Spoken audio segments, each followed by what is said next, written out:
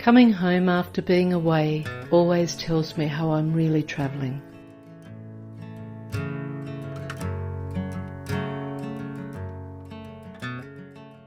I didn't realise how heavy I felt until I arrived back from a few days up the coast.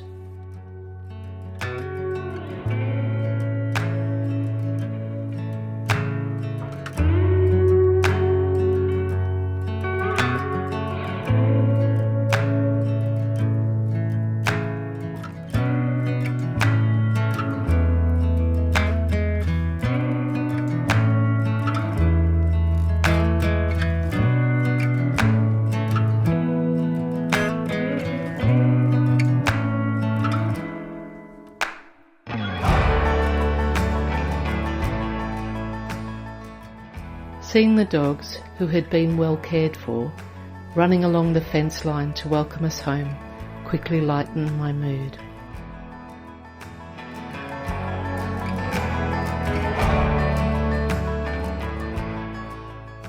Returning here can feel like a relief and a reckoning all at once. This place heals me like no other, despite the challenges it also brings.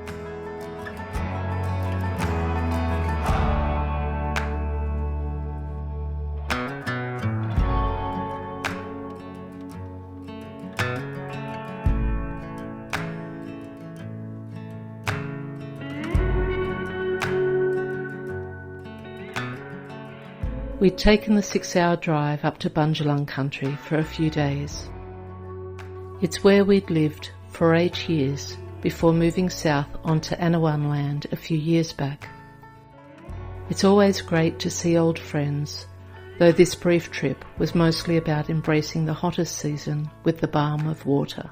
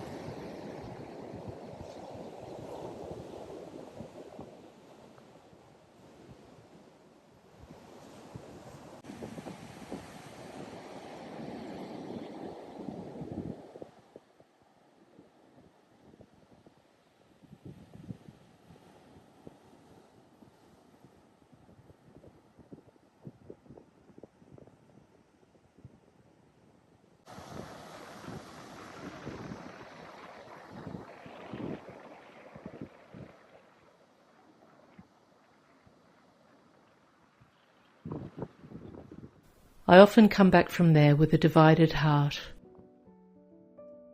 It doesn't really take long for this rugged place to settle me back in though.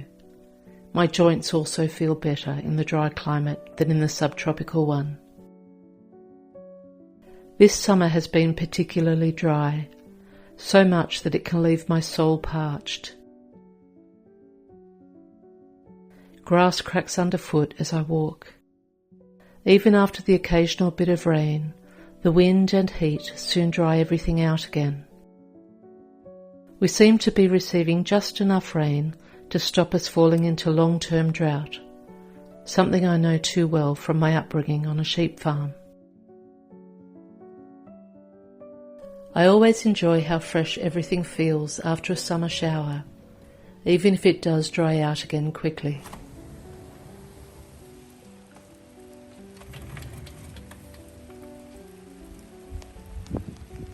The wallabies are always the first ones out after a little rain.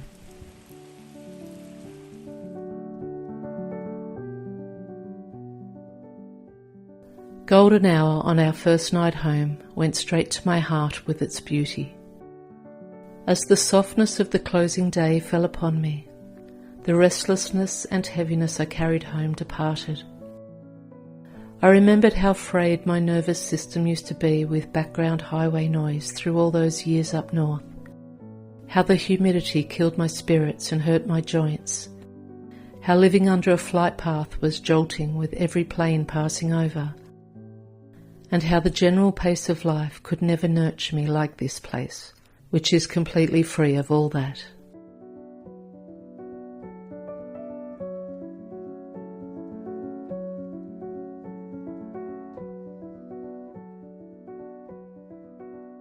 As the heat lifted and I returned to the garden, the macro world brought me back into presence and into wonder, a state I often live in out here. I watched the native blue-banded bees doing their work in the garden and listened to their buzzing rather than highway noise or planes roaring overhead. My senses let go back into home with immense gratitude and comfort.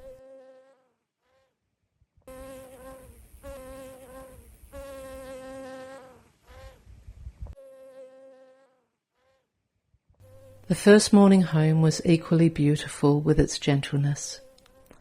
Even a moment as simple as the sun's first rays hitting the table on the hill can make me smile. It can represent how far I've travelled, that I get to enjoy this hill as my own, or simply the changing light I witness every day in such openness. It doesn't take much in life to find gratitude if your heart becomes trained for it. With the paddocks dotted with wildlife, it really is a special place to live.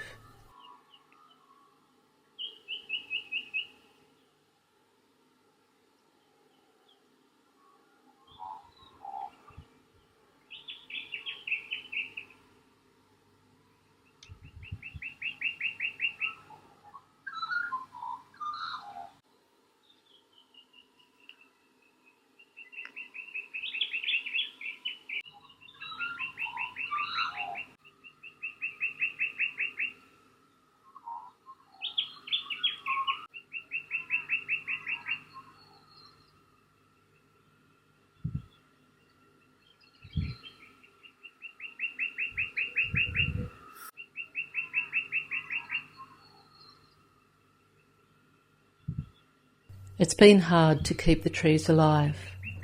My daughter Eleanor has been an amazing help. Due to my disabled hands, I am mostly there to cheer her on with their watering and to be on snake patrol.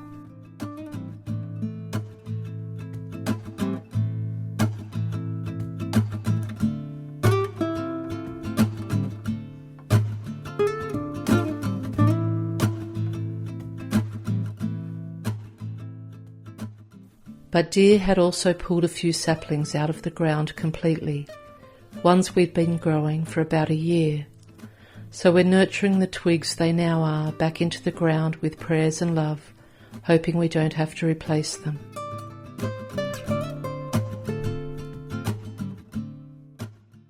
Some days it can all feel like a lot, but no big dream is handed to us freely. We have to show commitment and do the work. We have to grow into it, and this was a pretty huge dream, one that is worth it despite the challenges.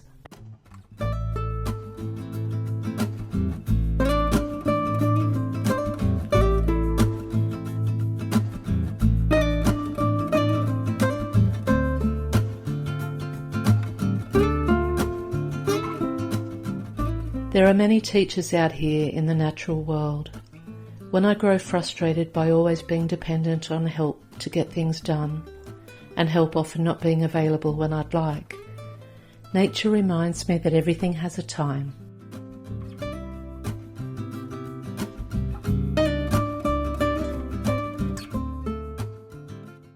While the deer ate the trees as the new tree guards sat on a pallet in the paddock waiting to be installed, I was reminded that trying to control life never brings anyone peace.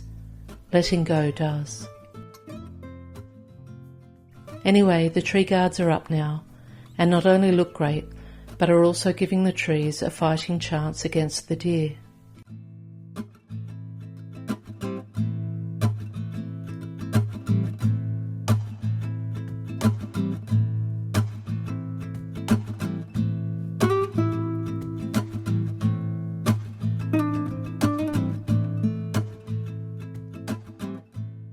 This bachelor mob of deer are still hanging around, but it feels better now, knowing the trees have their best chance of survival. These boys still run from us, but not as immediately as they used to. While they are considered vermin, I can't deny that I do love their presence and beauty.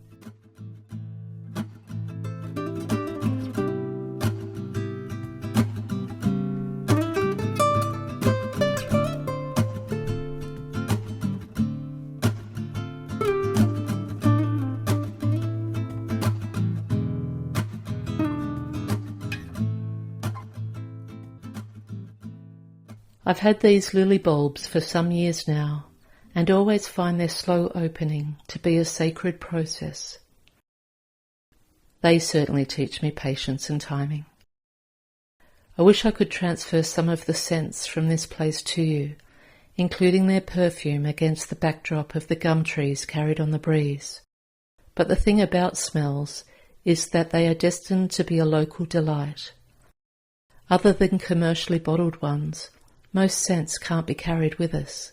Instead, they are to be enjoyed in the moment, or may return as a triggered memory, something life tends to bless us with from time to time. The other flowers are doing great too, and all bring me such joy. Against the dryness of this summer's faded colours across the land, the flowers are a vibrant blessing to balance it all out.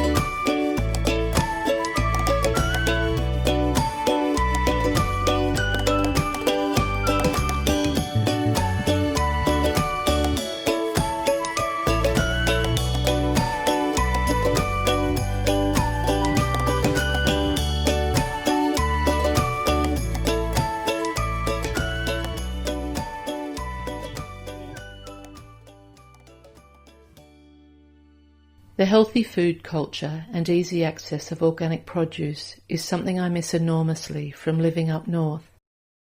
I'm still learning to appreciate my own kindergarten steps in food production instead. This strawberry plant has been with us for over 5 years now, and just keeps on nourishing us and the occasional snail. The fruit is the sweetest and purest of any I've tried. This plant has changed my relationship with strawberries forever. I've kept the fruit trees in pots for now, as I can't climb a ladder to net them against the many hungry birds. My long-term dream is to have a caged orchard, but that also requires a shed nearby for water catchment. It's a long way down the list yet. Last year was the first for this fig to bear fruit, when it offered 3 divine specimens that I ate warm off the branch. Oh my goodness. I knew I loved figs, but that was next level. We have 9 forming so far this year, and I'm watching with joyful anticipation by the day. I've also trimmed back the raspberry bush to make room for the spread of the cucumber plant currently growing inside the pot, safe from the critters.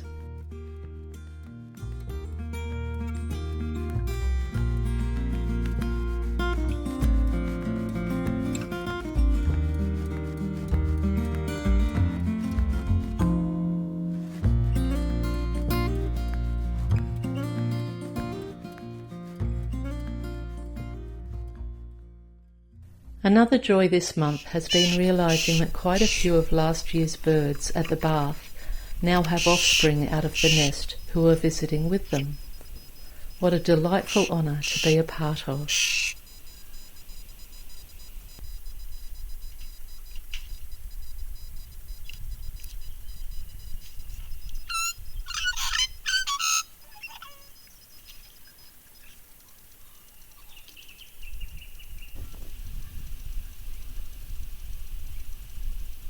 And, as if that wasn't fabulous enough, I also have a willy wagtail visiting. I wrote about these birds playing a special role in my healing in my book The Top 5 Regrets of the Dying. I hadn't seen one here in the years since owning this land, until this one arrived. It has been hanging around me a bit, so I'm trusting its role and timing. I'm also quietly hoping to see a family of them in time.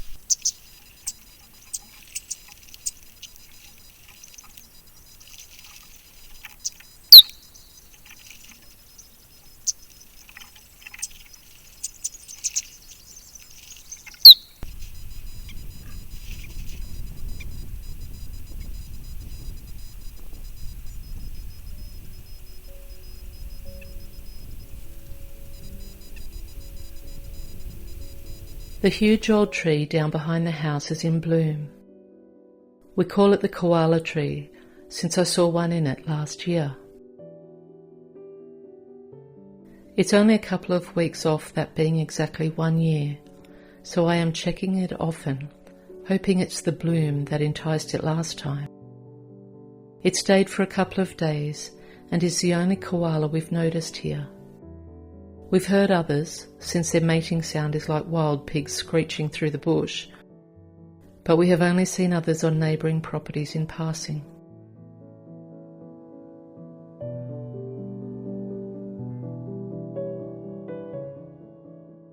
The water levels in the dam have dropped significantly, so Lake Dreamaroo is no longer the welcoming swimming hole it had briefly become. Somehow the small tree and the native grasses planted on the island are still alive, which is a relief.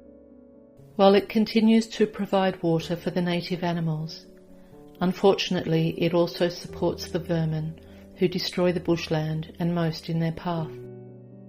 These pigs were spotted there at around 6 a.m. one morning this month. Not a good thing to see for the surrounding ecosystem.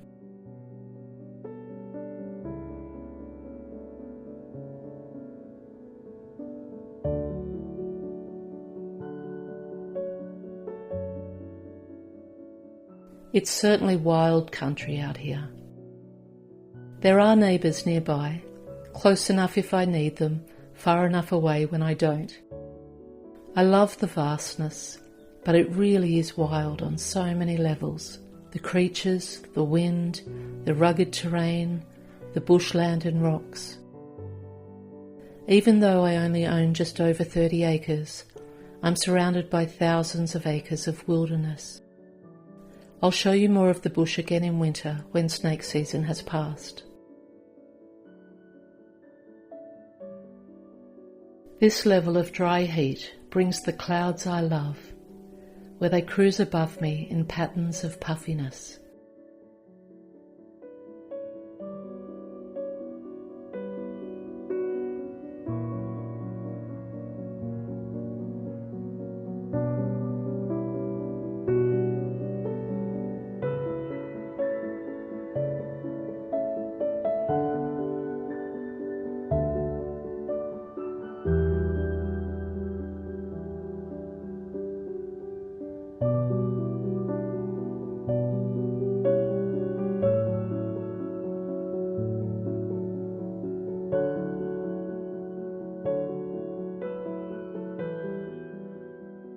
Summer also brings some pretty stormy skies. I love observing the approach of storms from the hill, feeling the breeze cool everything down as it shifts into a wild wind, teasing of reprieve from the heat.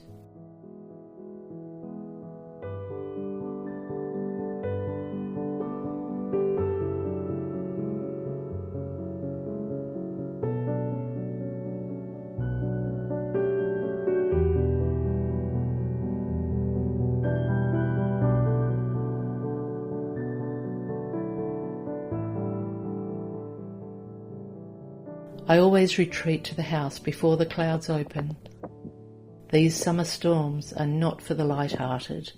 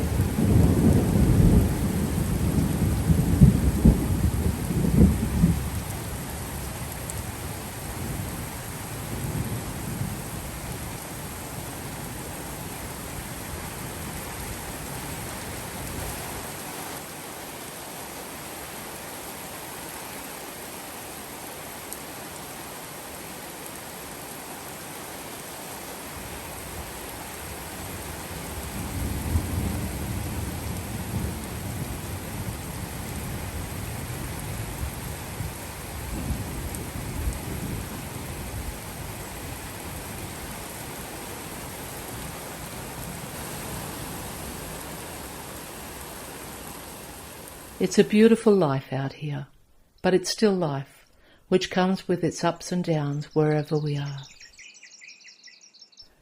I'm just grateful that I can process any untangling of my humanness in such a healing place, that my body can be nurtured by nature's music daily, and that my soul can operate in resonance with the natural world.